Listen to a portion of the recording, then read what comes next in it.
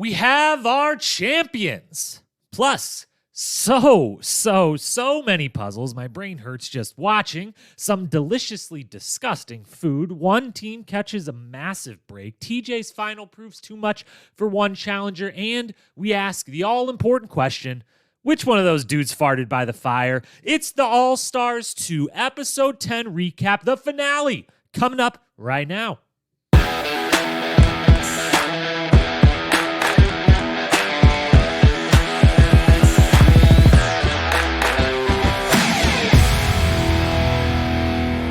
What up, my fellow challenge lovers? Welcome to the Challenge Historian, where we dive deep into all things MTV's The Challenge, past, present, or future. If it's happening in the Challenge universe, then we are here to document it.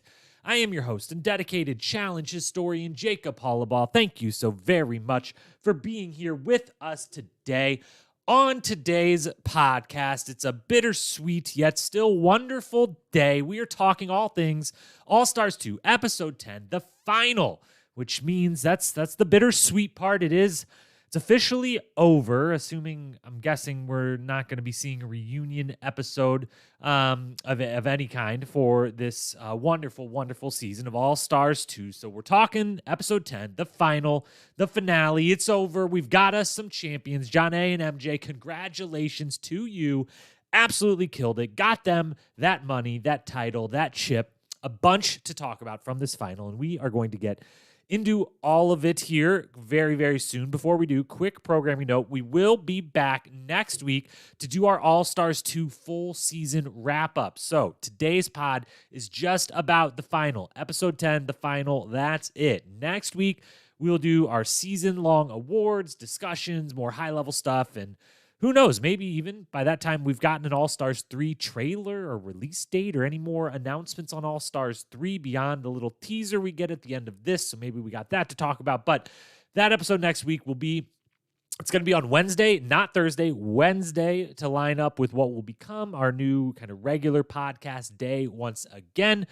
Now, that podcast may very well be the final one we do for a few weeks while we get some off-season material sorted out, get back in the lab, do some planning to blow this podcast out to new places for future seasons and off-seasons of the show that we all love. So this week, we're talking this episode right now, exactly what you're listening to. We're talking the final only. Next week, full season review on Wednesday.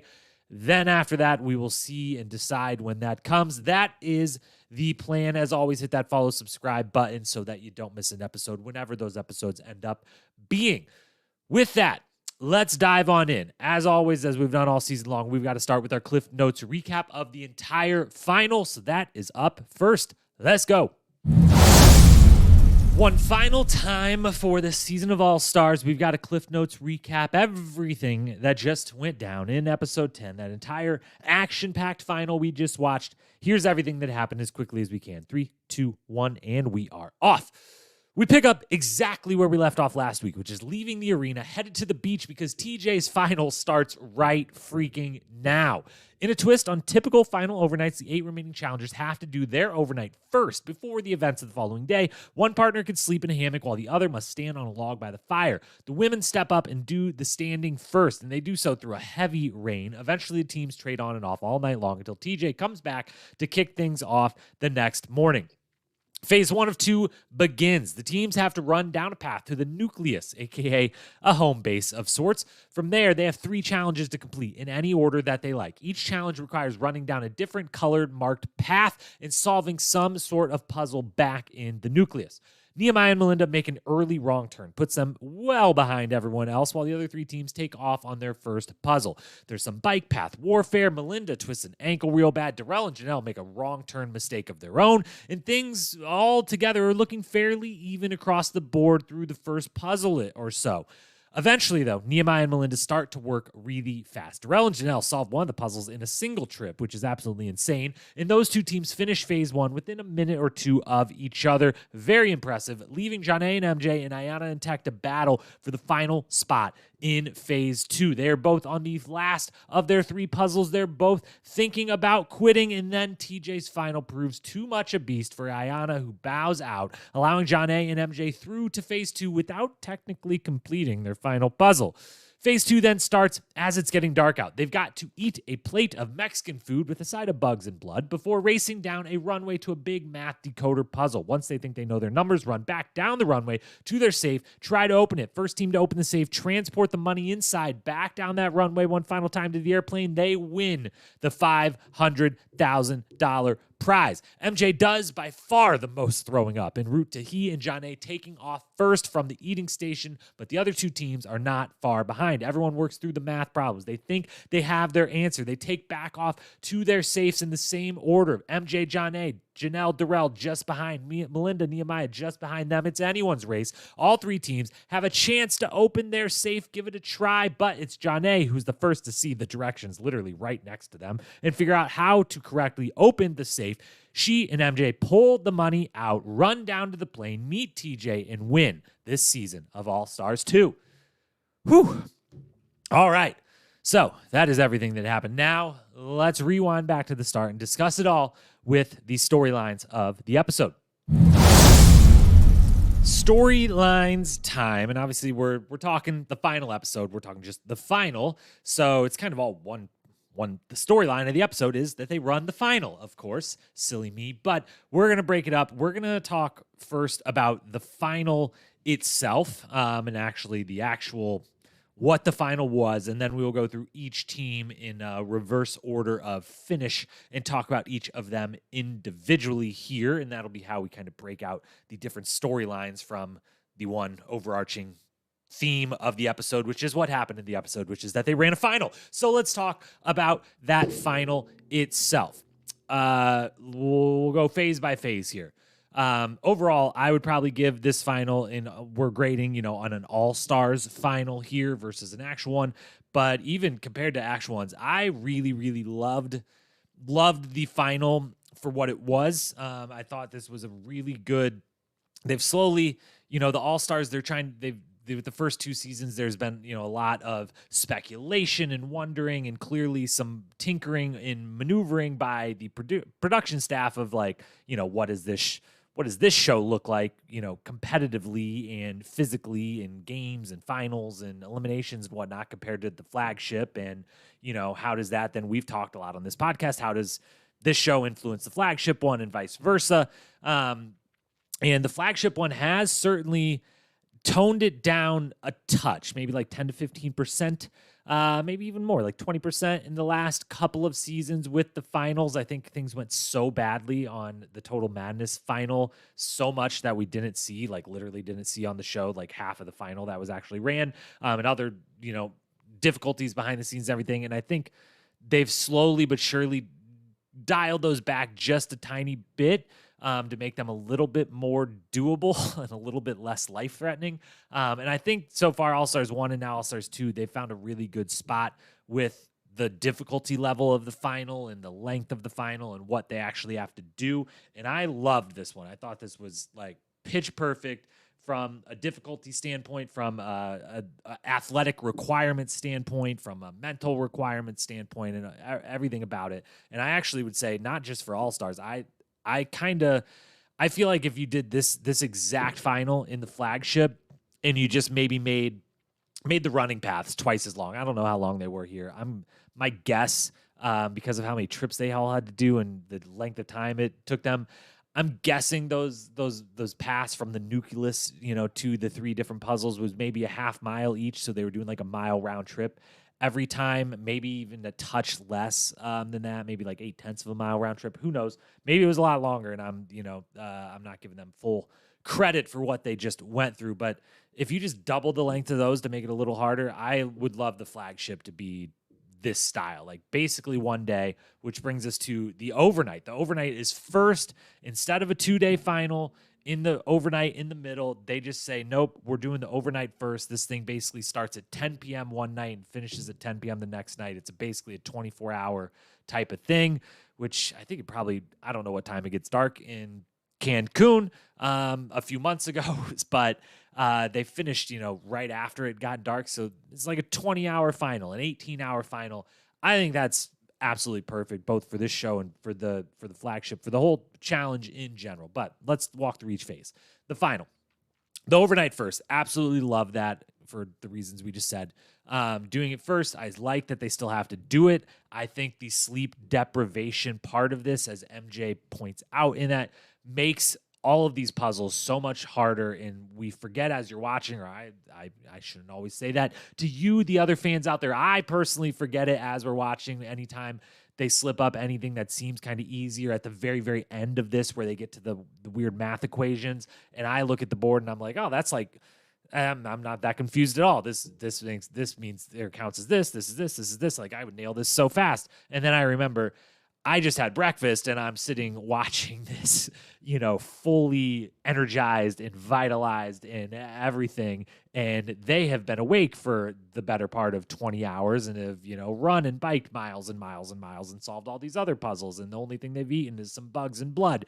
And it's a lot different under those circumstances. So I like that they do an overnight. I love that they work it in to do it first. Sleeping in hammocks, I can say, is hard. At first glance, I was like, oh, they actually gave them like half decent sleeping arrangement. But then I remembered that that's because I'm a weirdo who does like camping to some degree. But when I camp, I don't even mess with a tent. I'm a big bring a hammock, throw a bug net over it. I've got all the accessories for the hammock, and I'd rather sleep in the hammock and easier setup and take down all this stuff, whatever. But at first, that made me, my kind of personal bias, at first glance, I was like, oh, sleeping in a hammock, all right, that's a lot better than some of the sleeping arrangements that they have gotten on other versions of Final before. But then I remembered, actually, I don't even sleep well in them at all when I'm dead tired and I'm choosing to sleep in a hammock. And most people don't like sleeping in a hammock, and it's super uncomfortable, especially for someone who maybe like has a bad back, like a Janelle. It ain't comfortable to lay in a hammock. It's not a good position for your body necessarily to be sleeping in. Not a lot sleeping gets done, except for, with the exception of MJ, who seems very capable of sleeping in a hammock and sleeping in this moment, unlike most of the rest of them. Now, easily could have been just a nice little editing trick. Who knows when that moment of him snoring actually happened. But the way they set it up as, all right, the women decide we'll stand first, the dudes, you guys sleep first, and instantly MJ's out and the rest of them were just looking at him.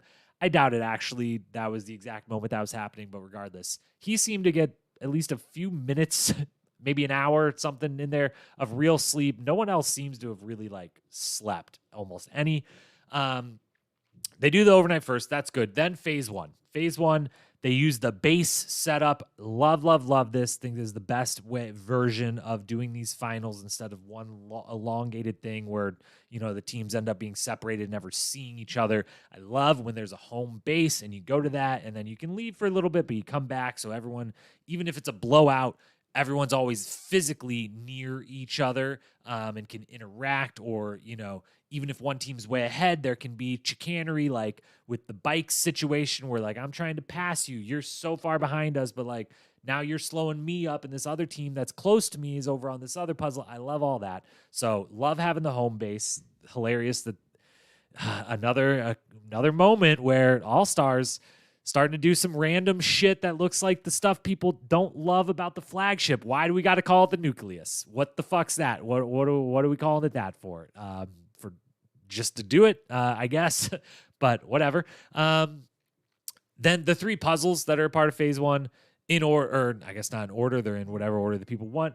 But we'll say the memory puzzle I thought was the coolest of the three. Really, really enjoyed that one, and we'll talk later about one of the teams that I can't believe how easily they did it. I can't believe kind of how easily not easily, it was difficult, but all three of these puzzles, no one seemed to like have that difficult of a time really with actually doing the puzzles, which I was stunned by because I personally thought they looked very, very hard.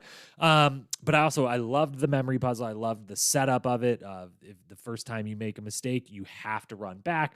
That was really, really cool. The word decoder seemed, at first it looked really hard. And right when they get to the cave for the first time, it's like, this is freaking nuts. How remembering all this stuff is going to be a nightmare. And then every single team, I think, did it in one trip and made it seem way easier than it looked. If we get 2 or 3 letters, we throw them in here. We know it's this many words long, and let's just stand here and think of words it could be until we figure it out and not run back and forth. So that seemed way easier than what it looked like from the television, but I'm gonna, while I want to give these people all the credit in the world, I'm gonna take what I saw and assume that one was easier than what it looked from afar. And then the biking one is the most brutal from a physicality standpoint of forced. Like, you have to take 7 trips, no cutting corners, no way around it. 7 bike trips back and forth, one piece at a time per person. And this is where we talked the length of this. I don't totally know. It seemed like they were going a long enough distance that, like, at the absolute lowest, this is a quarter mile out and back, so a half mile total every time. And I think that's a stretch to think it's even that. I would say a half mile kind of seems like the minimum, that, like, they're all far from each other. And so even if it's a half mile each way, then they just biked 7 miles full stop. And that means they're, running / walking a mile every time to each of the other checkpoints. That one seemed brutal. The bikes tethered together terrifies me every freaking time they have to do it. It's why we said a couple episodes ago when they did the running, and instead of being tethered to each other, they just had to hold the same piece of rope, and how much I appreciated that from a safety standpoint for these people, that if one person trips or falls or just needs to stop abruptly or whatever, that they can just let go and the other person knows, like, I have to stop, but, like, you didn't pull me down or throw me off a freaking mountain here or crash into me or whatever. The biking, they're not tethered very far apart. Like, they have to ride close together at all times, move the same speed at all times. That is really, really hard. And also, just like, I would just be terrified the whole time that me and my partner would somehow end up, off the side of the path with a broken bone or one bike on top of the other or whatever. It looks really, really hard. That one's definitely brutal. And then I do enjoy, and I think for the All-Stars format, maybe for any format, whether it's fair or not, that's just not even really a discussion. It's not necessarily, if you want to do this, like, pure, time matters no matter what. But I like when they just say, hey, top 3 out of 4. One of you gets eliminated. The other 3, you're going through. Doesn't matter what order you finish in. The time doesn't matter. Just get top 3. I like that. I think it makes it, this is a television show. It makes it more suspenseful and more entertaining and fun. Does that suck for Nehemiah and Melinda, who are like, hey, we got first, and, we might only barely beat Janelle and Darrell, but, like, the other 2 didn't even freaking finish. So, like, why don't we have an advantage here? I would be very frustrated in the moment if I was them. As a viewer of the television show, though, I like that they find a way to just say from the start, like, hey, we're going to keep this thing so that it's close at the end. They did the same exact thing just, a few weeks ago with Spies, Lies, and Allies finale, where they get to the very final thing, and they're like, you're in these pairs now. Nothing else matters up to this point other than that you got here, and now you do one final little thing. Time starts at 0. Everyone, that we have to have a suspenseful, exciting finish. I'm all for it. Phase 2 then. They have to do the eating. Glad there's eating. Eating should be involved. It's just a staple of the show at this point. It's got to be involved. And this may be my favorite version of the eating something horrible that I think they've done something like this before, but I really, really just love this one. Put some put the horrible stuff inside of something delicious and nutritious. Because, one, these people need calories. I always have, I'm the king of having so many questions for the production at how this shit actually works behind the scenes and what's happening that we're not seeing. Like, did they get to eat anything that morning? Like, after they stayed up all night, did they get to eat anything as they stayed up all night? Like, they came back, they have dinner. I assume they go to an arena, they watch the arena, and then they're like, hey, go to the beach and stay up all night. Like, did they get to eat anything in that time? Did they get to eat the next morning? Are they just running purely on dinner the night before to do this whole thing? I don't know, but one way or the other, they needed some calories. And I think it's fun that they do this version of, look, the first glance you look at the plate and you're like, dude, a burrito and some tacos and some nachos. Fuck, yes, this is delicious. Oh my God, TJ, thank you. I can eat this no problem. And then he's like, oh yeah, actually crickets and fish eyes and blood to drink. It's not red wine, that's blood. And whatever was in the other one, roaches or whatever was in the other one. It makes it doable. And it just I don't know. I just like the combination of it. If you can't tell by now, I just liked everything kind of about how they framed this entire final, and then at the very end, run back and forth down the runway to solve the math symbol. I thought that was very similar. They hadn't done that exact puzzle before, but in one of the eliminations, they had used the symbols like that. They've done some different math missing questions. Those have been very common throughout both seasons of All Stars now. And so I like that in general. So overall, the final itself, the actual structure of it, the framing of it, what they had to do, I'm giving it a full on A. Like I just liked everything about it. I loved doing the overnight first. I thought, the home base of phase 1, keeping it competitive, making it just get through to phase 2, the eating, everything about it, spot on. Loved it. So that's storyline 1. Let's now talk about our competitors, and we'll do it in reverse order here. Let's talk Tech and Ayanna first. Overall, solid performance from these two.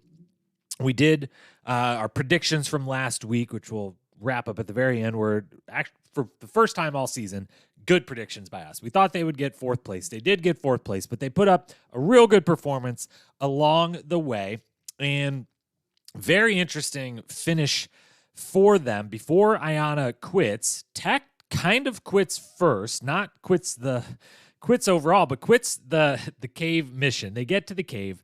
They're doing solid so far. They maybe had the, I don't really know strategy wise which puzzle, if you sat back and read all 3 and were like, which should we actually, in what order should we do these, which ones help us the most, or what order is the most efficient or the best. It's definitely person to person. Some people might be like, I only got so much gas in me, so I kind of need to do this biking intense one first, or save that for last. I'm not thinking straight, so I need to get through these puzzles, the bigger puzzles, as quick as we can. I don't know, but they picked the biking first, and it wrecks Ayanna. Maybe if that was the last one, I don't know. Maybe they could have got through it. Who knows? But they do that one. It kind of wrecks them. And then they do the memory one, which they do it in super impressive, quick fashion, given how out of it both of them seem, and Ayanna especially seems completely and utterly, out of it. And then, or excuse me, the decoder, the word one, that's the one. But that's the one where Tech almost quits on her, or kind of does. Leaves her literally in the cave by herself, which is an interesting moment from him. I mean, I get that he's a little frustrated, that maybe he wanted to go a little faster on the biking, but she got through the biking. They made it. They know they're in 4th, but they're not out of it. And they go to the cave. He sees the symbols. Tech has the idea, which Ayanna seems very calmly is like, no, we're not allowed to do that. So I'm trusting that is the rule, but I don't know that they ever. I'm assuming it's the rule because she was like, yeah, it's the rule. We can't do that. But we at home don't know 100% if that's true or not, but Tech's immediately hey, this is way too complicated. Let's go back and get that whiteboard and come back and write all this shit down, and we'll make 2 trips in total and we'll be done. We'll rock it. And she's like, no, we can't do that. It's against the rules, which again, I assume is correct. He's like, fuck this then. I'm out of here. Are you quitting? No, I'm just letting you do this one by yourself. And he goes and kind of blows some steam outside. Hell of a job then by Ayanna in the state she's in to then remember enough to go back and figure out that word puzzle. They then go on to the memory one, and she's just not, and they're tied. They know at that point they're tied. They can look over and see MJ and Jonna's board, which, or maybe, I guess they wouldn't be able to see each other's board, or is just everyone's board different from the other people's, because then they could just very easily cheat off each other, I assume. So I'm guessing you can't actually see, or it's just different. If they could see and be like, all right, they're like a third of the way through this, if that, we can still catch them and win. But Ayanna just can't go as another step. She's been looking like she's gonna pass out for a while. She finally is like, I can't. I'm gonna legit fall over here. I'm done. TJ, your final is the truth. I'm out of here. TJ, there's been a lot of discussion in recent seasons. Is TJ getting a little softer on quitters? Is he getting more fair to the circumstances someone quits or gives up or DQs themselves, whatever? but he's very generous to Ayanna in this moment. Doesn't really push too hard. Just like, all right, are you sure that's it? I think it's just because I think Ayanna knew the way out of this is I got to compliment TJ's final. I got to tell him to his face, your final is the truth. And I think that little buttering up is just why TJ's like, you know what, I like her too much. I can't say anything. So they bow out. It does beg the question, if Tech helps her in that cave, I mean, I guess they don't actually get that leg done any quicker because she does it all on her own, but maybe she, has a little bit extra energy, that little bit extra that maybe he could have taken from her on that. Or just does him saying like, nah, you're doing this on your own. Like, whatever. Does that change her then feelings when she finally says, I'm done, versus if he's, been 100% supportive and helpful the whole time? Is she like, you know what? I feel like I'm going to pass out, but I'm willing to actually freaking fall down on this path and have that happen before I just say it's done instead of stopping right before I feel it happening. Who knows? But they bow out. They get fourth. Great season for both of them on every single level. And as we said at the top of this whole podcast, we will talk next week's season awards wrap up, everything like that. They will be very, very much a part of that podcast because they both had wonderful, wonderful seasons and put up a good performance in the final. Let's move on then to Nehemiah and Melinda. They have the initial one big blunder right off of the start. They go the wrong way, which can't really be held against you already, even, with the overnight coming first. They're, already mentally a little drained.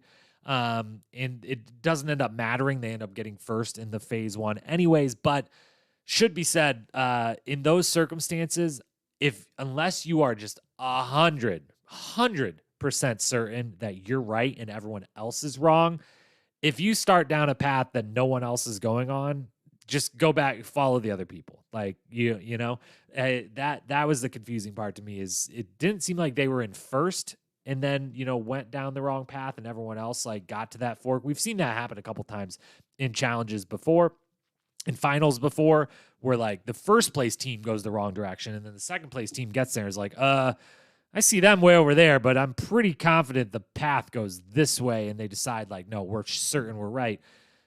So they make the blunder, doesn't end up mattering. And then we mentioned it before, but bring it up again. They got to be salty that they win the first phase. They come back and they win. They crush the puzzles once they actually get there and get to start doing them. They overcome, Melinda right off the bat, twists her ankle off the first puzzle and seems bad. But she guts it through and they get first place and they get zero advantage for that. And again, the rules are set ahead of time, more clearly and plainly than they are to us, the viewer. I'm certain that it was said and it was probably asked, I'm guessing at some point, like, so just get through phase one. That's all. There's no like first place, like time. Does that matter? Whatever. I'm sure it was very explained and said straightforward. Doesn't matter what order you'd finish. First, second, and third, you go to phase two. Fourth, you don't. So they know what's up, but even knowing that, the moment you finish first and then the next, you got to be a little bit like, come on, we don't get any advantage, like nothing at all. I feel like we should get something, especially as we're going to talk about, MJ and Janae didn't finish phase one technically. But yeah, Melinda, Nehemiah, fantastic performance. Loved seeing the Austin duo together. I think I've said a few times in maybe the season preview or throughout the season, have mentioned, Real World Austin is the real world season I feel like I have the biggest connection to. And I remember, I mean, my memory's such shit. I don't actually remember a whole heck of a lot of it by any means, but is the one I still remember the most, as pathetic as that may be. But it was the exact one where I was the exact age of, I had watched a few other seasons, but that season, it was a big standout season, and then they all, like a big group of them, went on to be, challenge right onto the challenge over and over and over. But I was just the right age, the right time, where that my like most hardcore real world adore, this is the number one show in my life phase matched right up with Real World Austin being like the one for me. Really, Philadelphia, Austin, Key West are the three that I'm like, that was my my prime of watching real world fandom, if you will, of being just old enough to fully like be comprehending all this stuff, but still, like young teenager, whatever I must have been at the time of those mid 2000s kind of run there. So yeah, I was, 13, 14, 15, 16, where I'm like, all right, these people are 5 years ahead of me in life. I can understand what they're going through. I can start to see the world a little bit through this. I can start to learn some stuff. I can envision myself as one of these people. But I love the Real World Austin, and I love the entire cast. Will always kind of have a special place in my heart for that cast and that show. So I really, really enjoyed all the flashbacks they showed and getting to see Nehemiah and Melinda do this together. Melinda, great season. Nehemiah, great season. The face of the season, arguably. Again, we'll talk more about that next week. Let's move on to Darrell and Janelle. They also end up making one big mistake, but it also does not cost them at all. They go down the wrong path. They end up just being like, I guess that was a wasted trip kind of, but we'll just continue with this memory puzzle anyways. Janelle's back held up. It was mentioned a few times, but I'm very, very happy to see that she made it through without that. And, always love getting to see someone gut it out and be rewarded for gutting it out without anything worse happening and getting to actually finish and compete and everything. So that was great. Two questions for their team. First one is an amazing feat by them. Did they really get the memory in one try? Because the way the edit is shown, and again, I use the word edit because this is all edited heavily, but they go down the wrong path. They think they're about to do the cave one. They got the flashlights with them. They show up to the memory one. So they look at it once and then come back to the home base, the nucleus, and they're like, oh shit, like this isn't, wait a minute, we went to the wrong one with the wrong thing or whatever. We didn't know what we're doing. So then they go back to the memory. So technically they go look at the board twice. And yes, they're trying to memorize some stuff the first time, but they then come back, and the way it is shown, it takes them one attempt to get the whole board. And I've got to believe that that's not real, and that's no shade at Darrell and Janelle. That seems impossible, legitimately impossible, that even having looked at the answer key twice, that they could come back and get, that thing was, 6 rows up and down, at least 10 or 12 images across. That's 100 fucking things. Are you kidding me? There's no way they did that in one try, but they made it seem like, and if worst case, 2 tries, because they would have had to show us if it was more than one extra time there and back. They were it was at a part where they're kind of trying to rapidly get to all right, these 2 teams finished. These 2 teams are think about quitting, and we're moving things along here. But if they got that in one try, that is one of the most impressive puzzles I have ever seen completed in the history of this entire show, flagship, spinoff, All-Stars, or otherwise. Even 2 tries is unbelievably impressive. And then the other question is, we kind of got to ask it, and we're going to talk more about it next week on the wrap-up pod, but is it over for Darrell? Is the OG GOAT, which I have said without, I guess, explaining. I don't know that it needs explaining, but I will explain it once since I've been using it more in reference to Darrell. Darrell is the original GOAT. He is the first ever GOAT of the challenge. He won 4 straight, or his personal 4-peat. I don't think they're exact 4 seasons in a row, but personal 4-peat, 4x4 champion early on. He was the first ever person that was like, all right, this is the best guy to ever do it. Because, we were 12, 13 seasons in when he won his 4th one.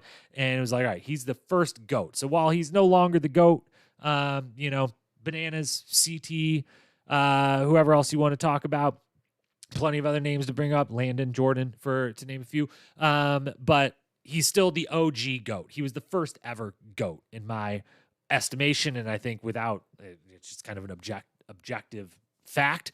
But now, he came back to the flagship show and, lost a few eliminations here or there. And that was fine, whatever. He's a little bit older, still kind of got it, was still competing really well, whatever. He didn't make a final, great.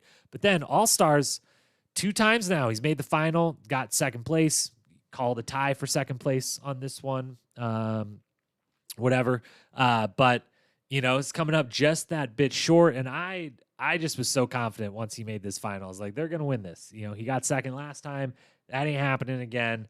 and they're going to get this win. I did not predict that. I predicted MJ and Johnny, who won, so good by me. But I just, you got to wonder if he's still got it to the fact that he's got second. It's not like he's like, first off the show or losing in horrible, horrible fashion in every daily challenge or whatever. Like, no, he's still competing at a high level and everything else. But, is Darrell going to get a win? Is he now the second place guy? It's very interesting. Could he possibly, I forget, I don't have the leaked cast pulled up in front of me for All Stars 3 if he's on it. I want to say he might be, but he mentioned in this season, that his kids are of an age where it's like, I'm missing too much. I don't know how many more of these seasons, even the shorter All Stars ones, I can do. Is there a chance, though, he could do 4 All Stars and get second place 4 times and kind of redo his original 4-time champion with 4-time second place? That would be pretty fascinating. Also very frustrating for him, but would be kind of interesting to watch. So we'll talk more about him and his legacy on the wrap-up pod. My one last question before we move on to the champions, though. Should Darrell and Janelle and Nehemiah and Melinda, for that matter, should they have kept trying their safes? Or were they told to stop? Or were they just so convinced that they had the wrong numbers? Because the moment John A and MJ open their safes and grab the money, the other two teams kind of just stop and are like, they won. And TJ made clear, you got to get the money out of the safe and you've got to get it to the plane. Getting on the plane is when you win.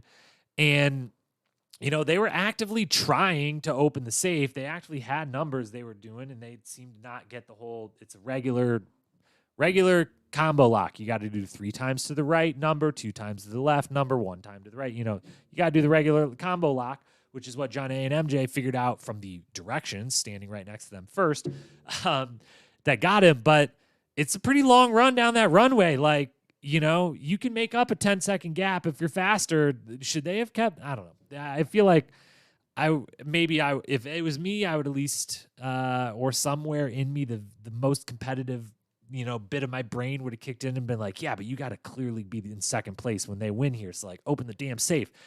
So yeah, that's that. On to our champions, MJ and John A. They played a fantastic game all the way through the entire season. Got through without seeing an elimination, which we'll say right now, first prediction for All Stars 3. John A., you're going into an elimination, at least one, maybe a couple, because there is no way in hell that they're going to allow, after you get through twice without doing an elimination, no matter how great of a political or social game, no matter how much everyone loves you, you won this one. They ain't letting that happen next season, just on principle alone. So plan on that. First prediction for a season, hopefully not that far in the future. But MJ John A played a fantastic game. MJ gets the big moment for him in the final, getting the word puzzle in one try after they were very frustrated in the cave. They were the first one to do the word puzzle, while everyone eventually gets it on one trip. There was the one moment we talked the last few episodes. This team had the best camaraderie, chemistry. They knew how to work together when they got flustered. Their kind of flustered mentalities meshed well together to get out of it together. And in the cave, they showed the first, like, John A was getting a little pissy, like, MJ, stop talking. Like, I'm memorizing shit over here. Stop saying stuff. Stop asking questions. Just memorize it and walk out of here silently. There was a little bit of frustration. John A was kind of a little bit, one of the only times I can remember her, she's so clutch on puzzles, and just at this stage of what seems her life and her career on this show is so, like, has poise and just calm about her at all times. It was like the only time this whole final and really the whole season where she kind of got a little bit frazzled and was like, you do it.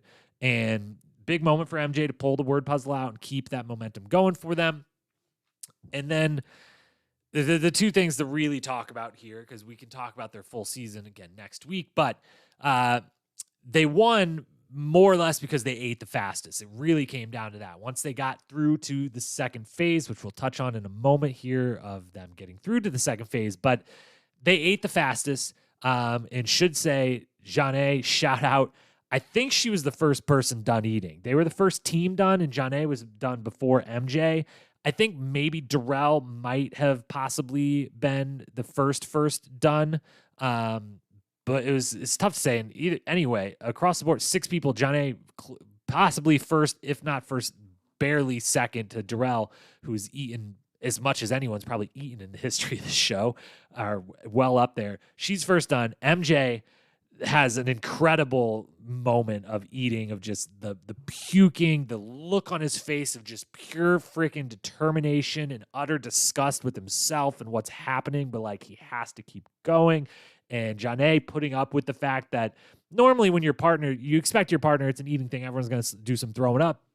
If your partner's a bad, throwing up a bunch, that's fine. You got to get through it. You got to expect it. But what you don't have to expect is usually the partner like turns around and throws up over to the side, or they got a bucket to throw up in. And MJ is just grinning and bearing it and looking straight ahead, standing a half a foot away from her, throwing up on himself, occasionally some splatter getting on her food, on the table. There's a lot to deal with. So unbelievable performance by her, by him. They get done eating the fastest and get that little lead running. And that little lead is essentially what, gets them to the puzzle first. They leave the puzzle first. They get the safe done, possibly what would have been the same a little bit of time. So that's what won it for him. But the biggest question of the entire episode, the entire final, is the fact that MJ and Janae didn't finish phase 1. And that's fucking wild. That seems like some chicanery. That's where, if I'm Nehemiah and Melinda and Darrell and Janelle, I'm like, hold up. I know Ayanna just quit. I know they just said they're out. Those motherfuckers got to finish this goddamn puzzle, because we did. And if they don't finish it, we'll go mano a mano, one team versus one team. Like, what the fuck, TJ? And I think if I were to put on my producer hat here and try to put myself in the shoes of the people that are making this, I think there's a good chance what happened is that the moment Ayanna quit, they were like, all right, MJ and Janae now know they're coming back to the nucleus here. They know these two quit, and they know they just have to finish this, and they get to go on. And we've already told them the time doesn't ultimately matter. And so they can take their sweet time, and they will eventually, as long as it takes them, finish this. It's already getting dark. This is already going longer than we think. So let's just tell them, all right, we're moving on to the second phase. Let's all go. Let's try to get this over with as fast as we can. There's probably be a part of me, if I'm Nehemiah, Melinda, Janelle, and Darrell, that would be like, yes, I would like to just get this over with, please and thank you. But also, again, big part of me would be like, no, make those fuckers finish it. Let's go. We'll sit over here and drink our water and rest. Make them finish. And if they can't do it, or put a time clock on them or something. But I get why the producers did that or chose that. MJ and Janae, who knows, again, with the editing, they do a very good job of when they're showing Janae talking about possibly quitting. It's a lot of head cameras of them looking down at the ground. You don't necessarily see where they are. Like, I feel like that conversation could have happened on any of the 3 puzzles, and not necessarily right in the moment that Ayanna also was thinking about and ultimately deciding to quit. But it's got to be said, there's a little bit of I'm not an asterisk guy. I'm a footnote guy myself on these finals. No asterisks on any of them. A win's a win, but they do all come with their little footnotes, if you will. And a footnote on this one is Janae and MJ didn't finish that third puzzle. So just saying. But overall, they win. They are All-Stars champions. They're really good All-Stars champions. I'm very, very happy for them. I think I love both of these people. It's fantastic to see this kind of 2-season now arc for Janae too, of coming back on the show. Always a little underappreciated potentially, on her original run on the show. And interesting enough, this matches up, watching this final tape matches up with, I'm doing a rewatch of Rivals right now, which was Janae's rookie season, her and Jasmine, totally under the gun the whole time. And, rising up, winning a daily, winning an elimination, and, having some real good, impressive moments. And so it was very, very fitting and interesting to watch. I literally watched, I've watched the first 7 out of the 10 episodes of Rivals in the last 24 to 36 hours right before I then watched this episode today. So literally watching the first 7 episodes of Janae on the challenge and then watching her win here was a very interesting thing that worked really well. But even just All-Stars 1 and 2, her getting third and then now winning, and just the arc of that of her slowly but surely becoming a challenge champion.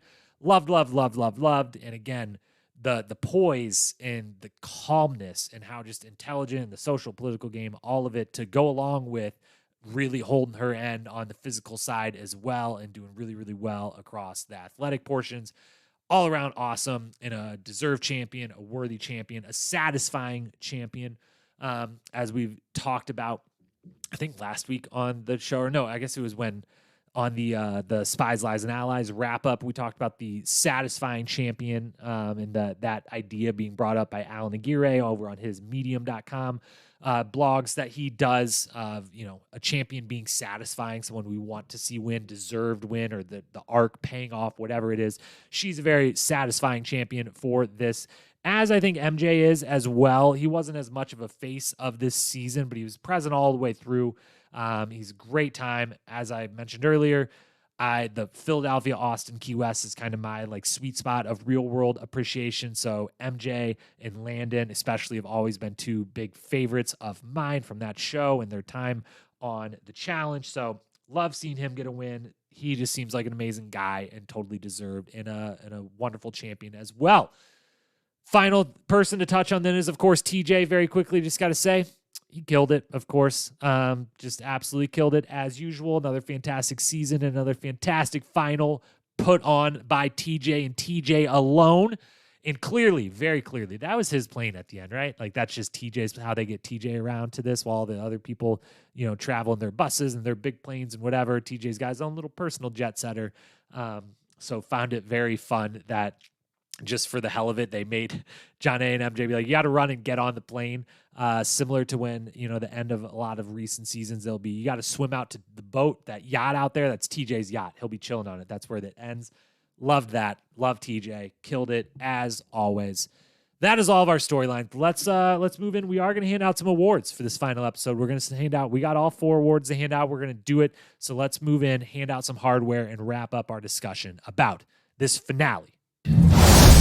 Our final regular season awards, episodic hardware to hand out. We will, of course, do our season-long awards next week on the season-long wrap-up podcast. But we got our best fit, best moment, best quote, episode MVP of this final episode. And, of course, the Tech Money Award for the best fit of the episode for the final time goes to Tech Money for 2 different outfits. We're just going to use the 2 outfits that qualified to nominate for this award. Both belonged to our guy Tech. So, of course, he wins yet again. It's why the award's named after him. Maybe we'll just to say, we'll spoil this one a week in advance. He's going to win the best fit of the season, best outfits, best wardrobe of the season, whatever we decide to do with the season-long version of this award. But he's going to win it. Both this episode he wins for 2 different outfits. One, the very first confessional of the episode, or for him, but I think might have been the literal first confessional of anyone of the episode. He's got a peach suit jacket over the blue floral print with the white pocket square. It just looks flawless. I think there's a chance by this point of the season we've maybe Tech's showing how good he is in the fashion department. But I'm pretty sure we've maybe seen all 3 of these pieces individually at some point this season, but I'm not 100% confident, but I don't think we've seen this combination of them. And that's just the next level shit when you not only can have the knowledge to put together the fresh looks, the wonderful fits, but then you could take next level and be like, all right, I'm going for a few weeks. I only got so much space to pack. I can mix and match and make new outfits out of all these, and they're still just perfect and flawless. And this one, I think, again, I'm not 100% positive, but I think we've seen all 3 parts never together. Perfect look. And then the jean jacket over the dress shirt and red bow tie. One of those ones that I'm not qualified to say if this is an amazing look or a horrible look, but I know that it's a look and that Tech pulls it off. Whether anyone else could, I don't know the answer to that, but he certainly does. So whether it's for the peach suit over the blue floor with the white pocket square or the jean jacket over the red bow tie, either way, Tech wins the Tech Money Award for the best fit of the episode, as expected. Best moment, 4 nominees for the best moment. First one, I think we've talked about all of these, but all of them but two, because the first one is the fart. The fart, we got to talk about it. We did mention it in the intro to the pod. They're all standing around the fire, standing up on their logs. All the men are at this point.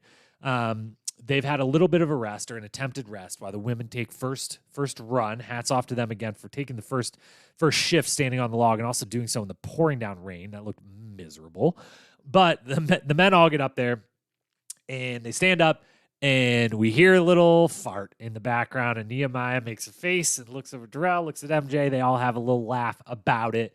And that little moment was just very fun and endearing, and I'm going to go on a limb, a very sturdy limb, I feel like, and I'm going to say that that was MJ. MJ is the one that let that rip, so that case can be closed because I feel 100% confident in that. So that's moment number one. Moment number two, Tech leaving the cave and telling Ayanna to do it solo is I was kind of shocked. I didn't know exactly what was going on between them, but that was a heck of a moment.